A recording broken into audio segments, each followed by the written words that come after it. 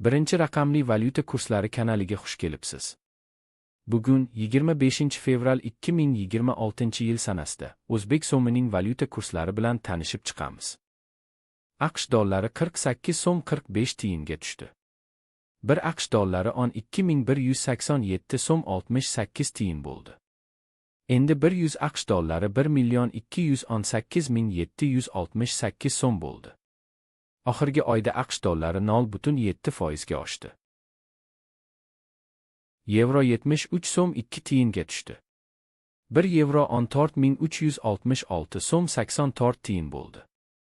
Endi 100 yevro 1,436,684 so'm bo'ldi. Oxirgi oyda yevro 0,1% ga oshdi. Rossiya rubli 1 tiyinga tushdi. 1 Rossiya rubli 159 so'm 9 tiyin bo'ldi. Endi 1000 Rossiya rubli 159,090 so'm bo'ldi. Oxirgi oyda Rossiya rubli 0,3% ga oshdi.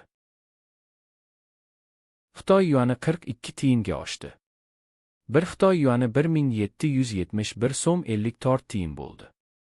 Endi 1000 Xitoy yuani 1,771,540 so'm bo'ldi. Oxirgi oyda Xitoy yuani 1,8% ga oshdi. AQSh dollarining Rossiya rubliga nisbatan kursi 30 kopeykaga tushdi. 1 AQSh dollari 76 Rossiya rubli 61 kopeyka bo'ldi. Endi 100 AQSh dollari 7660 Rossiya rubli 87 kopeyka bo'ldi.